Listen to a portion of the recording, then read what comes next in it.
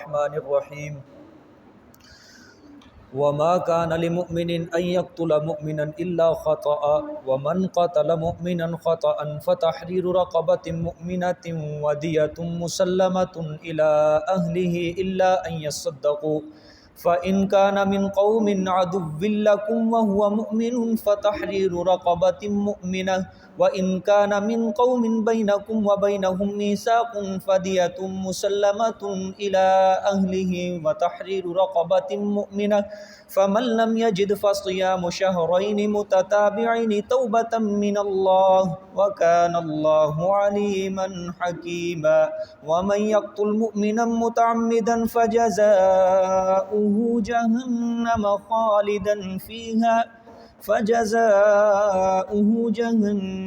خالدا فيها وغضب الله عليه ولعنه وأعد له عذابا عظيما صدق الله العظيم.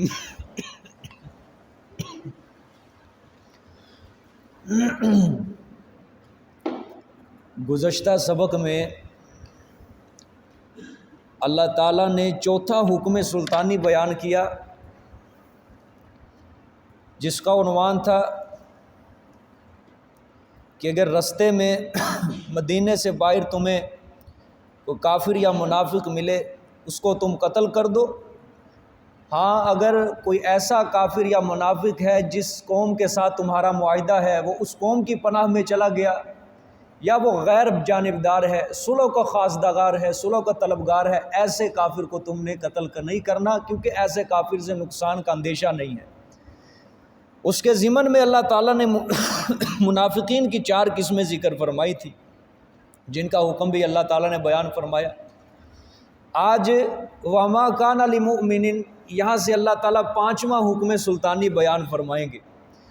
اللہ اس سبق میں اللہ تعالیٰ ان آیات میں بیان فرمائیں گے کہ خیال کرنا کہیں غلطی سے تمہارے ہاتھوں کوئی مومن قتل نہ ہو جائے، کہیں غلطی سے تمہارے ہاتھوں کوئی مومن قتل نہ ہو جائے. اگر غلطی سے ایسا ہو جائے تو پھر اس کا حکم یہ ہے. ان آیات کے اندر جو اللہ حکم دے گے کہ اگر غلطی سے ایک جان بوجھ کر، وہ ہم پڑھ چکے ہیں سورۃ بقرہ کے اندر اس کا حکم، میں تھوڑی سی تفصیل آج کر دوں گا اس کی یہاں پہ، لیکن یہاں پہ غلطی سے اگر کوئی مومن قتل ہو جائے، کسی مومن کا قتل تمہارے ہاتھوں سے سرزد ہو جائے تو اس کا حکم پھر یہ ہے. دیکھیں جی وما كان لمؤمن ان يقتل مؤمنا الا خطأ، نہیں ہے اور نہیں ہے لمؤمن کسی مومن کے ان یقتل مؤمنا یہ کہ قتل کرے وہ کسی مومن کو، یہ کہ قتل کرے وہ کسی مومن کو الا خطأ مگر غلطی سے. اچھا جب قتل ہو گیا ومن قتل مؤمنا خطأ، اور وہ بندہ جو قتل کرے غلطی سے، وہ بندہ جو قتل کرے کسی مومن کو خطأ غلطی سے فتحریر رقبۃ مؤمنۃ ودیۃ مسلمۃ الی اہلہ، تو حکم کیا ہے اس کا؟ پس آزاد کرنا ہے گردن ایمان والی کا، یعنی غلام، مومن غلام یا مومنہ باندی، یہ آپ نے آزاد کرنا. ودیۃ مسلمۃ الی اہلہ، اور دیت ہے حوالے کی ہوئی طرف اس کے اہل کے، دیت ہے حوالے کی ہوئی طرف اس کے اہل کے یعنی ورثاء کے. الا ان یصدقوا، مگر یہ کہ صدقہ کر دیں، یعنی مقتول کے ورثاء دیت میں سے بعض یا کل وہ معاف کر دیں قاتل کو، یہ مراد ہے ان یصدقوا. ٹھیک ہے، سمجھے جی اب بات. قتل کی 3 قسمیں ہوتی ہیں. قتل کی کتنی قسمیں ہوتی ہیں؟ 3 قسمیں ہوتی ہیں. ایک ہوتا ہے قتل عمد، ایک ہوتا ہے قتل شبہ عمد، تیسری قتل کی قسم ہے یہ قتل خطا، یہ غلطی سے سرزد ہو جانا قتل. قتل عمد کہتے ہیں جان بوجھ کر کسی بندے کو قتل کرنا، کسی دھاری دھار آلے سے جس سے عام طور پر کسی بندے کو، انسان کو قتل کیا جاتا ہے، ایسے دھاری دھار آلے سے جان بوجھ کر کسی کو قتل کرنا. سمجھے؟ اس کو کیا کہتے ہیں؟ قتل عمد۔ عمد کا مطلب جس کے اندر قصد یا ارادہ پایا جاتا ہے قتل کرنے کا، اور ایسے دھاری دار آلے سے جس سے عام طور پہ قتل کیا جاتا ہے، مثال کے طور پہ بندوق، تلوار، خنجر، چاقو، یہ سب مارنے کے لیے، سمجھے، خون بہانے کے لیے استعمال کیے جاتے ہیں۔ تو ایسی چیزوں سے اگر کسی بندے کو قتل کیا جائے، ارادہ پایا جائے جان بوجھ کے، تو اس کو کہتے ہیں قتل عمد۔ ایسے قتل کے اندر اگر کسی مومن کو قتل کیا جائے تو بڑا سخت گناہ بھی ہے، اور ساتھ اس کے اوپر یہ دیت بھی واجب ہوتی ہے، یہ قصاص یا دیت۔ اگر ورثاء قصاص معاف کر دے تو دیت ہو جاتی ہے، ٹھیک ہے۔ یہ ہوتی ہے قتل عمد۔ قتل شبہ عمد، قتل شبہ عمد کہتے ہیں کہ اگر اس میں نیت بھی پائی جاتی ہے، ارادہ بھی پایا جاتا ہے، لیکن اس کو شبہ عمد اس وجہ سے کہتے ہیں کہ اس کے اندر وہ آلہ استعمال نہ کیا جائے جس آلے سے عام طور پر انسان کو قتل کیا جاتا ہے، مثلا تلوار استعمال نہ کی جائے، بندوق استعمال نہ کی جائے، ٹھیک ہے، یہ چیزیں استعمال نہ کی جائے ایسے قتل کے اندر، بلکہ کوئی پتھر اٹھا کے کسی نے مار دیا کسی کو، پتھر سے عام طور پہ انسان مرتا نہیں ہے، لیکن اگر وہ مر گیا تو یہ قتل شبہ عمد ہے، سمجھ آئی ہے؟ ایک دوسری قسم یہ ہے قتل شبہ عمد کی، سمجھ آ گئی ہے؟ تیسری قسم ہے یہ قتل خطا۔ قتل خطا کسے کہتے ہیں؟ اس میں قصد اور ارادہ تو پایا جاتا ہے، لیکن غلطی سے مسلمان کا قتل ہو گیا، سمجھ آ گئی ہے؟ ارادہ بھی ہے، نیت بھی ہے، لیکن غلطی سے مسلمان قتل ہو گیا۔ اس کی صورت کیا ہے جی؟ اس کی ایک صورت یہ ہے کہ ایک آدمی نے دور سے تیر چلایا یا اس نے گولی چلائی، اس نے سامنے دیکھا کہ سامنے تو کافر ہے، اس کے ذہن میں خیال آیا کہ سامنے کون ہے؟ کافر ہے، حربی کافر ہے، لیکن جب اس نے گولی چلائی، تیر چلایا، تیر اس کو لگا، وہ مر گیا، اس نے قریب جا کے دیکھا وہ تھا مسلمان، ٹھیک ہے۔ اب اس نے جان بوجھ کے تو مسلمان کو قتل نہیں کیا نا، سمجھے؟ اس نے غلطی سے ارادہ تھا اس کے قتل کے اندر، سمجھے، لیکن وہ حربی کافر کا ارادہ تھا، لیکن غلطی سے کیا ہو گیا؟ مسلمان قتل ہو گیا، سمجھے؟ یا اس کے اندر دوسری صورت یہ بھی ہے کہ اس نے نشانہ بنایا کسی کافر کو یا کسی شکار کو نشانہ بنایا، لیکن وہ لگ کسی مسلمان کو گیا، سمجھ آئی ہے؟ یہ غلطی سے مسلمان کا قتل ہونا، ٹھیک ہے۔ اب جو شخص غلطی سے مسلمانوں کے ہاتھوں قتل ہو جائے، جو شخص غلطی سے مسلمان کے ہاتھ قتل ہو جائے، اس کی ہیں 3 صورتیں۔ اب یہ 3 صورتیں اللہ تعالیٰ نے اس آیت کے اندر ذکر کی ہیں، میں بالکل آسان کر کے سمجھانے لگا ہوں۔ اگر کسی مسلمان کے ہاتھ سے کوئی مومن مسلمان غلطی سے قتل ہو جائے، اس کی کتنی صورتیں ہیں جی؟ 3 صورتیں ہیں۔ پہلی صورت ہے مقتول مومن اور دارالاسلام میں ہو، مقتول مومن دارالاسلام میں ہو کہ مرنے والا مومن ہے، سمجھ آئی ہے، اور وہ دارالاسلام کے اندر ہے، مثال کے طور پہ پاکستان کی سرزمین ہے، یہ دارالاسلام ہے، اور مرنے والا بھی کیا ہے؟ مومن ہے۔ ایک صورت یہ ہے۔ دوسری صورت یہ ہے مقتول ہے مومن لیکن وہ حربی کافروں کے اندر رہتا ہے، ٹھیک ہے، ایسی سرزمین جو دارالاسلام نہیں ہے بلکہ دارالحرب ہے، ٹھیک ہے، وہ حربی کافروں کے اندر رہتا ہے، ٹھیک ہے، اور ہے وہ مومن، یہ دوسری صورت ہے، اس کا حکم بھی اللہ اس میں بیان فرمائے گا۔ تیسری صورت ہے جی مقتول ہے کافر لیکن ایسی قوم کا فرد ہے جس کا مسلمانوں کے ساتھ معاہدہ ہے، مقتول ہے کافر، مومن نہیں، مقتول ہے کافر لیکن اس کا ایسی قوم کے ساتھ معاہدہ ہے جس کا ایسی قوم کے ساتھ اس کا نباہ ہے جس کا مسلمانوں کے ساتھ معاہدہ ہے، وہ اس قوم کے اندر وہ ایسی قوم کا فرد ہے، ٹھیک ہے۔ 3 صورتیں ہیں جی، تینوں کا حکم مختلف ہوگا اس کے اندر۔ پہلی صورت کیا تھی؟ مقتول مومن بھی ہے اور دارالاسلام بھی ہے۔ اب اس کا حکم کیا ہے؟ اللہ نے فرمایا کہ فَتَحْرِيرُ رَقَبَةٍ مُؤْمِنَةٍ وَدِيَةٌ مُسَلَّمَةٌ إِلَىٰ أَهْلِهِ۔ دیکھیں اس یہ قتل خطا کے اندر یہ قصاص نہیں ہے، قصاص نہیں ہے، قصاص ہے جان بوجھ کے قتل کرنا۔ وہ سورۃ بقرہ کے اندر اللہ تعالیٰ نے فرمایا وَلَكُمْ فِي الْقِصَاصِ حَيَاةٌ يَا أُولِي الْأَلْبَابِ کہ اے مسلمانوں قصاص کے اندر ہی تمہارے لیے بہتری ہے، تم قصاص کے اندر ہی تمہارے لیے کیا ہے؟ حیات ہے، زندگی ہے، اے عقل والو، ٹھیک ہے۔ وہاں اللہ تعالیٰ نے فرمایا، یہاں قتل خطا کے بارے میں اللہ فرما رہے ہیں کہ اگر مومن دارالاسلام کے اندر موجود ہے، اس کا قتل غلطی سے سرزد ہو جائے تو قاتل کے اوپر کیا ہوگا جی؟ ایک غلام آزاد کرے، سمجھے، یا مومن، شرط ہے مومن، اوپر دیکھے راقبۃ مومنہ، غلام باندی مومنہ یا غلام مومن آزاد کرے گا وہ، ٹھیک ہے، اور ساتھ کیا ہے؟ وَدِيَةٌ مُسَلَّمَةٌ إِلَىٰ أَهْلِهِ، اور دیت ہے حوالے کی ہوئی طرف اس کے اہل کے، دیت دے گا۔ دیت کتنی ہے جی؟ 100 اونٹ۔ کتنے اونٹ؟ 100 اونٹ، ایک مومن کو قتل کرنے کا دیت کتنی ہے؟ 100 اونٹ مقرر ہے، سمجھ آ گئی؟ 100 اونٹ وہ دے گا مقتول کے ورثاء کو۔ اچھا یہ قصاص ہے نا، جو قصاص لیا جاتا ہے، قصاص لینے کے اندر مقتول کے جتنے بھی ورثاء ہیں سب رضامند ہوں پورے قصاص کے اوپر، پھر قصاص لیا جائے گا، ٹھیک ہے؟ اگر ایک بھی وارث نے کہہ دیا نا قصاص نہیں بلکہ دیت لیں گے، تو پھر قصاص نہیں لیا جائے گا بلکہ دیت ہی لی جائے گی۔ سمجھ آیا مسئلہ؟ قصاص قتل مثال کے طور پہ کسی نے کسی کو جان بوجھ کر قتل کر دیا، اب اس کے اندر قصاص بھی ہے دیت بھی ہے، تو اللہ تعالیٰ نے تو قرآن پاک نے جو ترجیح دی ہے جس بات کو، وہ قصاص کو دی ہے کہ دیت نہیں، قصاص کے اندر تمہارے لیے بہتری ہے۔ لیکن مقتول کے ورثاء اگر سب کے سب راضی ہوں تو پھر قصاص لیا جائے گا کہ قصاص کے اوپر راضی۔ مقتول کے ورثاء میں سے ایک بھی اگر کہہ گیا کہ نہیں قصاص نہیں بلکہ دیت لی جائے گی، اس کے اوپر پھر دیت ہی لی جائے گی، قصاص نہیں لیا جائے گا۔ سمجھے؟ قصاص کے لیے سب ورثاء کا راضی ہونا، متفق ہونا ضروری ہے۔ سمجھ آ گئی یہ بات؟ پہلی صورت کا حکم کیا ہے جی؟ کہ اگر کوئی مومن دارالاسلام کے اندر کوئی قتل ہو گیا، مثال کے طور پہ پاکستان میں کسی بندے سے یا تو کوئی غلطی سے کوئی قتل ہو گیا، اس کے اندر کیا ہے کہ ایک غلام آزاد کرے گا، ٹھیک ہے؟ مومن غلام یا مومنہ باندی آزاد کرے گا، اگر اور ساتھ دیت دے گا 100 اونٹ دیت ہوگی۔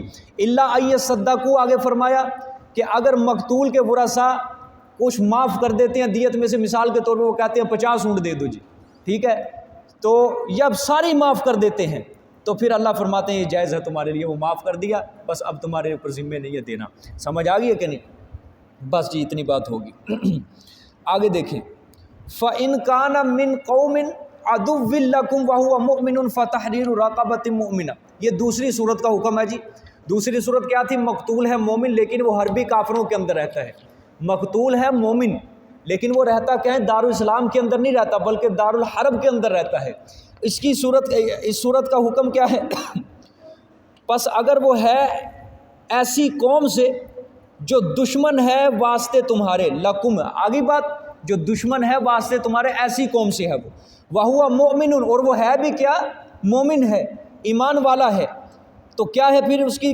فتحریر رقبۃ مؤمنہ، پس آزاد کرنا ہے ایک گردن ایمان والی کا، بس اس کے اندر صرف ایک غلام لونڈی آزاد کی جائے گی، اس کے اندر دیت نہیں ہے۔ سمجھ آئے گی؟ اس دوسری صورت کے اندر دیت نہیں ہے بلکہ صرف کیا ہے؟ صرف ایک مومنہ باندی کو آزاد کر دینا ہے، بس اس کے اندر یہ کام ہے۔ یہ دوسری صورت کا حکم آ گیا۔ آگے تیسری صورت ہے جی، وَإِنْ كَانَ مِنْ قَوْمٍ بَيْنَكُمْ وَبَيْنَهُمْ مِيثَاقٌ فَدِيَةٌ مُسَلَّمَةٌ إِلَىٰ أَهْلِهِ وَتَحْرِيرُ رَقَبَةٍ مُؤْمِنَةٍ، اور اگر ہے وہ ایسی قوم سے کہ درمیان تمہارے اور ان کے معاہدہ ہے، یہ ہے تیسری صورت کیا ہے کہ مقتول کافر ہے لیکن وہ ایسی قوم کا فرد ہے کہ جس سے مسلمانوں کا معاہدہ، یہ تیسری صورت ہے، مقتول کافر ہے، ٹھیک ہے؟ کہ اگر وہ ہے ایسی قوم سے کہ درمیان تمہارے اور درمیان ان کے کیا ہے؟ معاہدہ ہے، فدیۃ مسلمۃ الی اہلہ، پس دیت ہے حوالے کی ہوئی طرف ان کے ورثاء کے، اس میں دیت بھی ہے، وتحریر رقبۃ مؤمنہ، اور آزاد کرنا گردن ایمان والی کا۔ دیکھیں مقتول کافر ہے، اس کے اندر کہ اگر اس کا کسی ایسی قوم کے ساتھ وہ تعلق رکھتا ہے جس کا مسلمانوں کے ساتھ معاہدہ ہے، اس کے اندر پھر وہی پوری چیز آ رہی، ایک مومنہ باندی بھی آزاد کرے گا وہ قاتل اور ساتھ دیت بھی دے گا، ٹھیک ہے؟ آگے فَمَن لَّمْ يَجِدْ فَصِيَامُ، یہ 3 صورتوں کا حکم ہو گیا جی۔ یہ تیسری یہ کفارے کی تینوں صورتوں کے متعلق یہ بات ہوگی، فَمَن لَّمْ يَجِدْ فَصِيَامُ، ٹھیک ہے؟ کفارے کی تینوں صورتیں پیچھے آئی ہیں نا، یہ آیت جو ہے یہ تینوں صورتوں کے متعلق ہے، فَمَن لَّمْ يَجِدْ فَصِيَامُ۔ اللہ فرما رہے ہیں فَمَن لَّمْ يَجِدْ فَصِيَامُ شَهْرَيْنِ مُتَتَابِعَيْنِ، پس وہ شخص، وہ بندہ جو نہیں پاتا غلام یا باندی، پس وہ بندہ فَمَن لَّمْ يَجِدْ، پس وہ بندہ جو نہ پائے غلام یا باندی۔ سمجھے؟ مفسرین نے یہ مطلب بیان کیا ہے، مثال کے طور پہ بھئی اس دور کے اندر بھی کچھ ایسے لوگ تھے کہ وہ غلام یا باندی نہیں ہوتے تھے ہر کسی کے پاس، آج کے دور میں بھی غلام باندی والا رواج بالکل ختم ہو چکا ہے، ٹھیک ہے؟ تو لہٰذا آج کے دور کے اندر حکم کیا ہوگا؟ وہ یہی ہوگا، فَمَن لَّمْ يَجِدْ، پس جو وہ شخص جو نہ پائے غلام یا باندی، اس کی جگہ پھر وہ کیا کرے گا؟ فَصِيَامُ شَهْرَيْنِ مُتَتَابِعَيْنِ، پس روزے رکھنا 2 مہینے لگاتار، روزے رکھنا 2 مہینے کے لگاتار روزے رکھے گا۔ جی یہ روزے کس طرح رکھیں گے؟ متتابع ہی نہیں، دیکھو لگاتار کا لفظ آیا ہے۔ اسلامی تاریخ کے حساب سے 1 سے شروع کیا جائے گا، 2 مہینے پورے کیے جائیں گے، ٹھیک ہے؟ جس طرح رمضان المبارک ہوتا ہے اسی طرح 2 مہینے پورے۔ درمیان میں عید آ گئی، اگر روزہ چھوڑ دیا دوبارہ پھر رکھے گا۔ فوتگی بھی ہو گئی، اللہ نہ کرے والد والدہ بھی فوت ہوگی، روزہ چھوڑ دے گا درمیان کے اندر، مثال کے طور پہ اس کے 60 روزے بنتے ہیں، اس نے 57واں روزہ چھوڑ دیا ہے، دوبارہ پھر شروع کرے گا۔ سمجھ آئی ہے؟ تسلسل برقرار رکھنا ہے، تسلسل برقرار رکھنا ہے۔ دیکھیں متتابعین، چھوڑنا ہی نہیں ہے، 2 مہینے مسلسل روزے رکھنے ہیں، یہ سخت سزا دی گئی ہے، ٹھیک ہے کہ نہیں؟ ہاں، توبۃ من اللہ، یہ مہربانی ہے اللہ کی طرف سے۔ یہ کیا ہے جی؟ مہربانی ہے اللہ کی طرف سے کہ یہ آزاد کرنا اگر نہ ہو تو پھر روزے رکھ لو۔ یہ ہے مہربانی اللہ کی طرف سے کہ اگر تمہارے پاس غلام نہیں ہے، باندی نہیں ہے، تو پھر تم کیا کر لو؟ روزے رکھ لو۔ یہ اللہ کی طرف سے بہت بڑی مہربانی ہے۔ وَكَانَ اللَّهُ عَلِيمًا حَكِيمًا، اور ہے اللہ تعالیٰ سب سے زیادہ جاننے والے اور حکمت والے۔ جاننے والے کیا ہیں جی؟ کہ اللہ پاک جانتے ہیں کہ کس کا ارادہ ہے کہ کس نے جان بوجھ کے قتل کیا اور کس نے غلطی سے قتل کیا ہے، سمجھ آ گئی ہے؟ اور حکمتوں والے بھی ہیں، یعنی اللہ تعالیٰ جو سزا رکھتے ہیں، کسی گناہ کی سزا رکھتے ہیں، وہ حکمتوں والے ہیں، اس کے مطابق اللہ تعالیٰ سزا رکھتے ہیں، گناہ کے مطابق، ٹھیک ہے کہ نہیں؟ آپ ذرا اس کے اوپر غور کریں جی۔ توبۃ من اللہ، یہ مہربانی ہے اللہ تعالیٰ کی طرف سے۔ اللہ اپنے احکامات بیان فرمانے کے بعد کیا فرما رہے ہیں مسلمانوں کو، امت کو، کہ اللہ اپنے بندوں سے کہ یہ اللہ تعالیٰ کی طرف سے کیا ہے؟ یہ قانون مہربانی ہے، یہ بہت بڑی مہربانی ہے۔ لیکن یہ آج جو ہمارے ملک کے اندر، بلکہ کیا سب اسلامی ملک کے اندر یہ جو اسلامی نظام نافذ نہیں ہے نا، آج جو جس جگہ پہ مثال کے طور پہ قصاص نہیں لیا جاتا، دیت نہیں لی جاتی، دیت لی بھی جاتی ہے لیکن کھا کون جاتا ہے؟ کون کھا جاتا ہے؟ وہ ملتی ہے برسا کو؟ نہیں ملتی، وہ صرف 4 دیواری کے اندر چلی جاتی ہے، بس لٹیرے کھا جاتے ہیں وہ ساری کی ساری دیت، نہیں ملتی، کچھ بھی نہیں ہوتا یہاں پہ۔ اللہ فرما رہے مہربانی ہے، لیکن آج یہ لوگ جتنے بھی اسلامی ملکوں کے حکام ہوتے ہیں، یہ اللہ کی مہربانی کو اپنے سر پہ نہیں لیتے، اللہ کی مہربانی سے نکلتے ہیں۔ یہ کہتے ہیں یہ مہربانی نہیں ہے ہمارے لیے، بلکہ یہ تو ہمارے لیے فساد ہے، یہ اللہ کے احکامات کو۔ اسی لیے وہ آج عدالتوں کے اندر، پارلیمنٹ کے اندر اللہ کی حاکمیت کو ختم کر کے طاغوتی حاکمیت کو نظام نافذ کرنا چاہتے ہیں، جو طاغوت چاہتا ہے، جو یہود و نصارہ چاہتے ہیں۔ آپ صلی اللہ علیہ وآلہ وسلم کی حدیث مبارکہ ہے، غالباً حضرت ابو ہریرہ رضی اللہ تعالیٰ روایت کرنے والے فرماتے ہیں، آپ صلی اللہ علیہ وسلم نے فرمایا کہ تم میری امت کے لوگوں، تم پہلے لوگوں کے نقش قدم پہ اس طرح چلو گے کہ اگر وہ گو کے سوراخ کے اندر داخل ہوں گے تو تم بھی ان کی اتباع میں گو کے سوراخ کے اندر داخل ہو جاؤ گے۔ حضرت ابو ہریرہ رضی اللہ تعالیٰ نے عرض کی، فرمایا یا رسول اللہ، کیا یہ پہلے لوگوں سے مراد یہ یہود و نصارہ تو نہیں ہے؟ آپ صلی اللہ علیہ وسلم نے فرمایا تو اور کون ہے؟ اس سے مراد یہود و نصارہ ہی ہے کہ میری امت کے لوگ جو ہیں یہود و نصارہ کے پیچھے اس طرح چلیں گے جس طرح ایک قدم دوسرے قدم کے پیچھے چلتا ہے۔ سمجھ آ گئی ہے کہ نہیں؟ آج جتنے ہمارے اسلام کے جتنے بھی قوانین ہیں، ہمارا مسودہ تو تیار ہے پاکستان کے اندر، قانون تو بنو لیکن نافذ نہیں ہے۔ نافذ وہ برطانیہ کے قانون ہیں، انگریز کا قانون نافذ ہے۔ سمجھ آ گئی ہے؟ نماز کے لیے اجازت ہے، روزے کے لیے اجازت ہے، زکوٰۃ دینے کے لیے اجازت ہے، حج کی اجازت ہے، لیکن حدود اور قصاص جو ہمارا اسلام بنتا ہے، ہمارے اسلام کے جو اصل تہذیب ہے، وہ ہمارے اسلام کی بالکل یہاں پہ نافذ نہیں ہے۔ سمجھ آئی ہے؟ یہ آپ صلی اللہ علیہ وسلم نے فرمایا یہود و نصارہ کے پیچھے میری امت اس طرح چلے گی۔ یہ صرف حکام کی بات نہیں ہے، بلکہ ہم جیسے لوگ بھی آج یہود و نصارہ کے پیچھے چل رہے ہیں۔ فحاشی، عریانی، بے حیائی، آزادی، جہاں تک بھی معاملہ ہے، رسم و رواج کا، مرنے کا، جینے کا، جہاں تک لباس ہے، 6 فٹ کی ہماری جو کائنات جو اللہ تعالیٰ نے دی ہوئی ہے، سر سے لے کر پاؤں تک، سب جہاں بھی دیکھ لو، روزمرہ زندگی کے جتنے کاموں کے اندر دیکھ لو، ہم یہود و نصارہ کی پیروی کے اندر پیش ہیں، آگے آگے۔ کس کو نبی پاک صلی اللہ علیہ وسلم کی سنت سے آج محبت پڑی ہوئی ہے؟ ہم دعویٰ تو کرتے ہیں حضور صلی اللہ علیہ وسلم سے ہمیں محبت ہے، حضور صلی اللہ علیہ وسلم سے ہمیں محبت ہے۔ ارے اصل محبت تو ہے کہ محبوب کی اداؤں کو اپنایا جائے، یہ تو حضور نے خود اپنی حدیث کے اندر بیان فرمایا ہے کہ تم میں سے جو شخص میری سنت کو زندہ کرے گا تحقیق فقط احبانی، اس نے میرے ساتھ محبت کی ہے، نہ کہ جو زبانی دعوے کرے گا، اور جو میرے ساتھ محبت کرے گا وہ قیامت والے دن جنت کے اندر میرے ساتھ ہوگا۔ یہ آپ صلی اللہ علیہ وسلم کی حدیث ہے کہ اصل محبت محبوب کی اداؤں کو زندہ کرنا ہے۔ آپ صلی اللہ علیہ وسلم کی اسی طرح حدیث ہے کہ قیامت اس وقت تک قائم نہیں ہوگی جب تک ہر قوم کا حکمران منافق نہیں ہوگا۔ یاد رکھنا، ہر قوم کا حکمران منافق ہوگا، غدار ہوگا، وہ غیروں کے ہاتھوں پہ بکنے والا ہوگا، اس وقت تک قیامت قائم نہیں ہوگی۔ آج دیکھ لو، میں تشریح کے اندر نہیں جاتا، یہ آپ صاحب آپ پھرتے رہتے ہیں، معاشرہ آپ میں پھرتے ہیں، پورا دن صبح سے لے کر شام تک آپ باہر ہوتے ہیں، دیکھ لو کس طرح آج یہ حدیث پوری ہوئی ہے کہ نہیں آپ صلی اللہ علیہ وسلم کی۔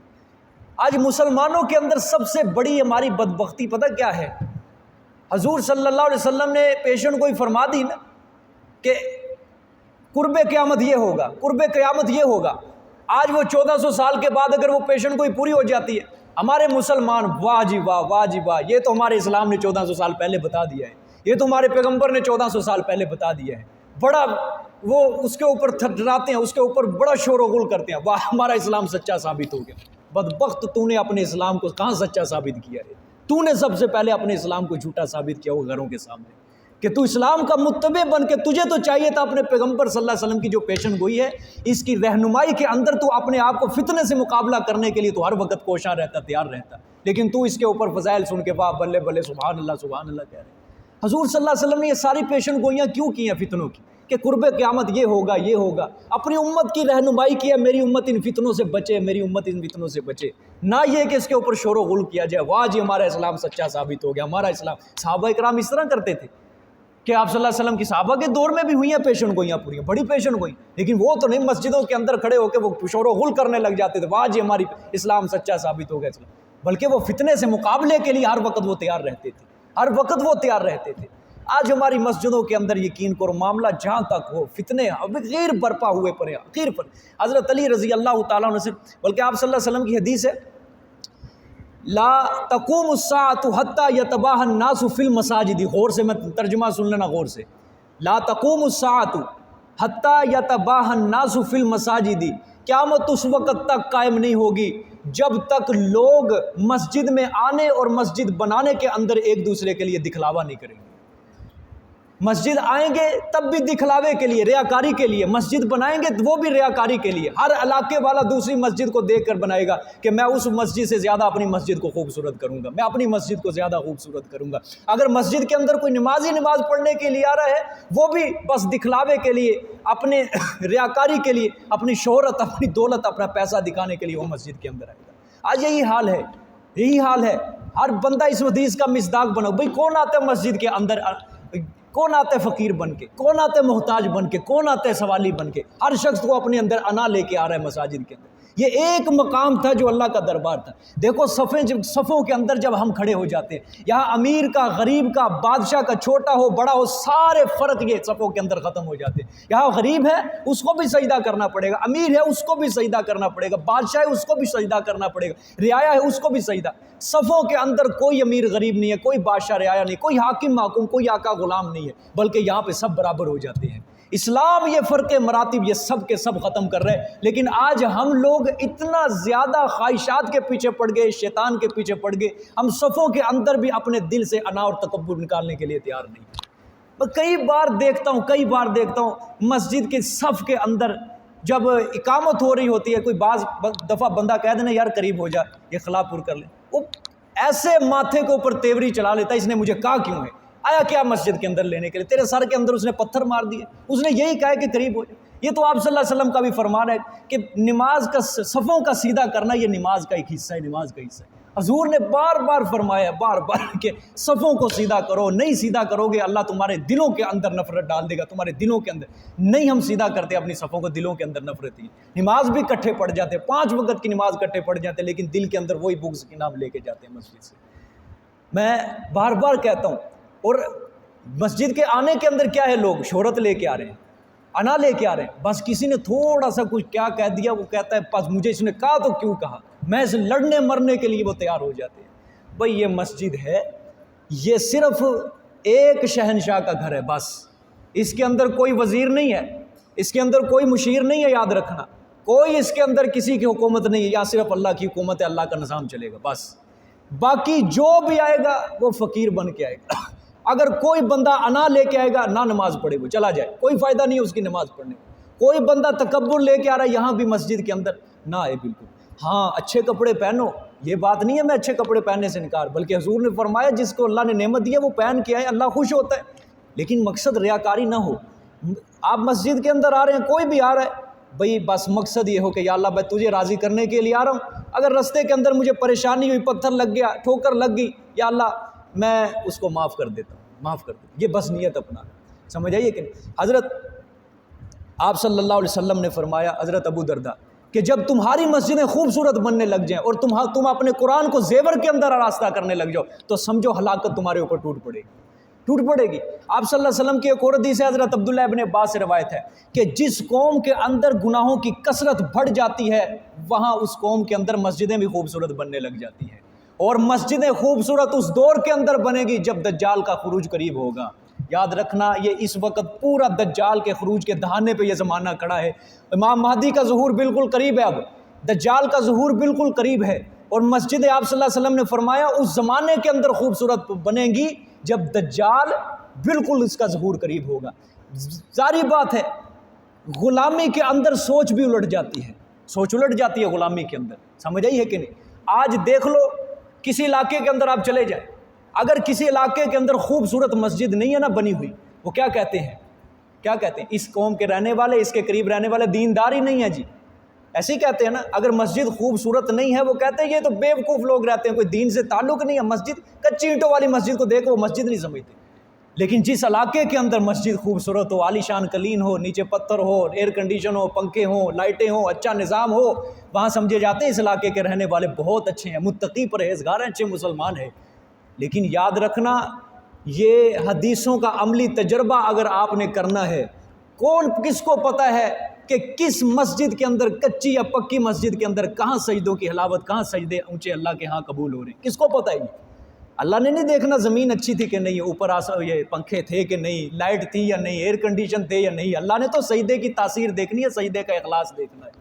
اگر ان حدیثوں کا عملی تجربہ کرنا چاہتے خدا کے لیے جاؤ کچی اینٹوں والی مسجد کے اندر جا کے نمازیں پڑھو، پھر سجدے کی حلاوت محسوس ہوگی ہم سب، پھر سجدے کی حلاوت۔ حضرت علی المرتضیٰ رضی اللہ تعالیٰ عنہ سے منقول ہے، لوگوں کے اوپر ایسا زمانہ